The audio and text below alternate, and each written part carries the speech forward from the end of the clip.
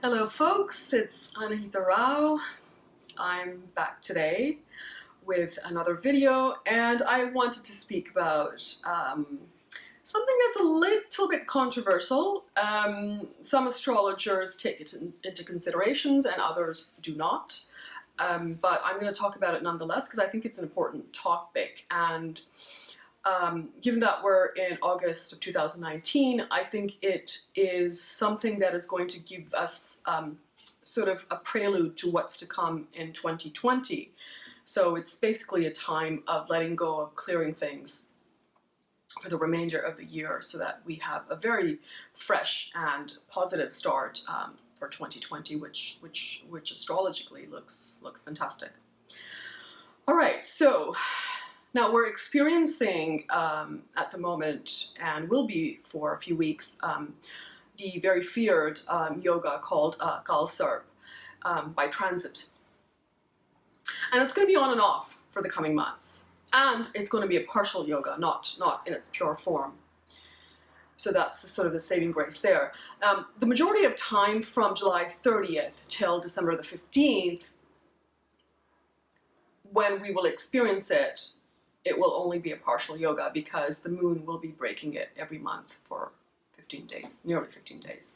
Now, Kaal Sarp Yoga, in its pure form, sees all of the visible planets, all of the visible 7 planets, hemmed to one side of the nodal axis, with none of them conjoining either of the node, Rahu or Ketu.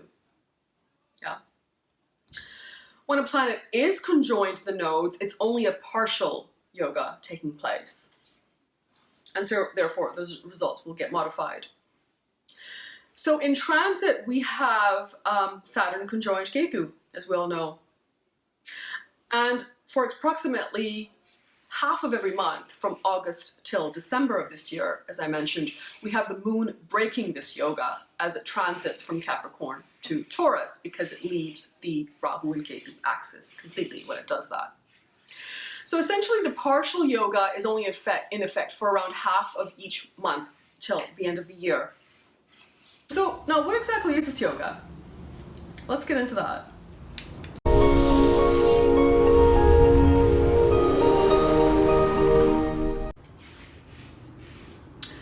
Okay, so Kaal means time, and Sarp of course means serpent. So if you literally translate it, it's serpent of time. Essentially what it means is that all of the planets are caught in the grip of the nodes, unable to break free and unable to function at an optimum level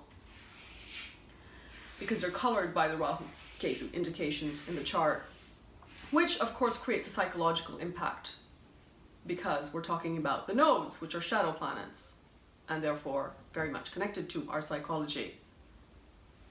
It also creates this feeling of being caught in destiny, where things are destined and out of our control, and there's no free will operating. Yeah.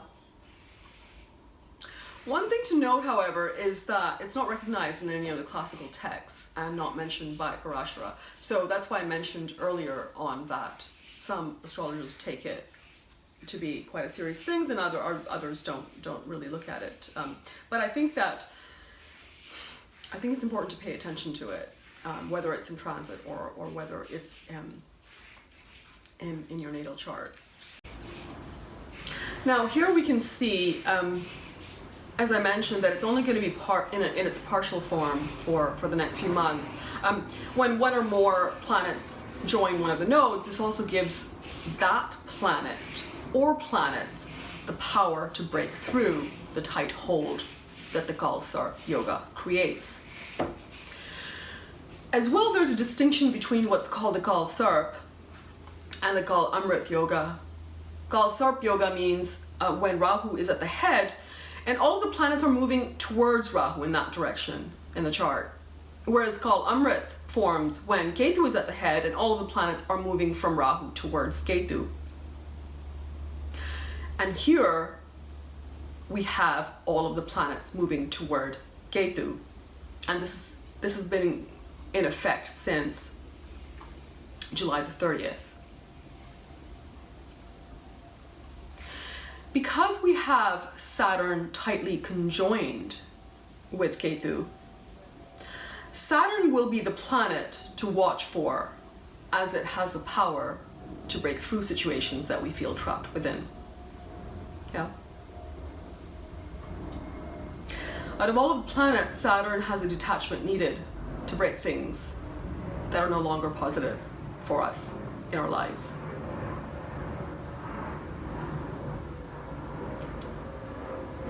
Interestingly, it's also Venus which both opens and closes this Kaal Amrit door, as Venus is the one that moved out of Gemini and into Cancer in late July. And it's also Venus that moves out of Sagittarius and into Capricorn on December the 15th. So this makes Venus a very key player here. Finally, it's Venus that will help to completely dissolve and dissipate the Kaal Amrit Yoga.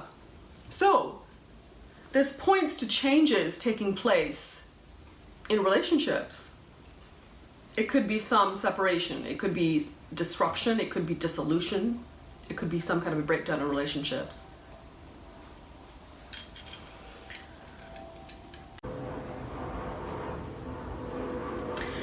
Now, by using the Saturn energy effectively to detach and to distance yourself, you'll be able to successfully deal with the changes connected to relationships. When you see this yoga, whether it's in transit or whether it's in someone's chart, you often see a loss of will in certain areas of life. It's sort of like life is happening to you, and you have no say over it, and you have no control over it, nor do you have the will to change it or direct it to the way that you wish. It brings a sense of fatedness, strong karmic connections, unpredictable events, leaving you no option but to surrender. Surrender your will, surrender your ego, and go with flow. When there's a planet conjoined the nodes, however, that planet often becomes a catalyst for liberating us from the illusion, because it is an illusion, having to experience certain things in life. Suffering that takes place between these developments actually strengthens the mind in the end, and it can mellow one's outlook. Now, especially if we are to go by the Kaal Amrit Yoga that favors spiritual development, which we're experiencing right now, due to the positions of planets moving towards Ketu, it becomes doubly important to practice surrender and perhaps have a spiritual practice to give you the answers that you need when things suddenly take a 180 degree or unexpected changes come to you. Periods of times when this yoga comes into play can be quite memorable, however, because collectively and individually, we may experience situations that force us to go in one direction or another, hence changing our lives forever. Of course, in the moment that it's happening, it causes distress and discomfort, naturally. And some level of instability is probably there as well. But in the long run, we can see with a new perspective why the currents were forcing us into these new channels, these new paths to life. Because sometimes change that happens that is forced and unpredictable, it feels difficult, of course, but it often pushes us toward amazing leaps of growth, because it propels us into a path that we could not even think to walk down otherwise. So in the long view, we're looking forward to 2020, when Jupiter and Saturn will be in very strong positions in their own signs of Sagittarius and Capricorn. It's of course going to be a remarkable year to put down new roots, to start anything new, relationship, career, new home. So this period prior to that, with this partial Kaal Amrit Yoga in effect, the next few months may be colored by events, both planned and unplanned, that drive us towards a new position from which we will be able to leverage the positive effects of Jupiter in Sagittarius and Saturn in Capricorn. And of course, as I said, in 2020, there's going to be amazing positive growth. And it starts right at January 23rd when Saturn moves into Capricorn. It goes all the way till the end of November of next year. So we've got a full year. So that's it for now. I also write a detailed monthly forecast, so please check that out. I'm going to put the link below. It's on my website, and you can, of course, subscribe to the mailing list to receive it in your email every month. Thank you, folks. All the best.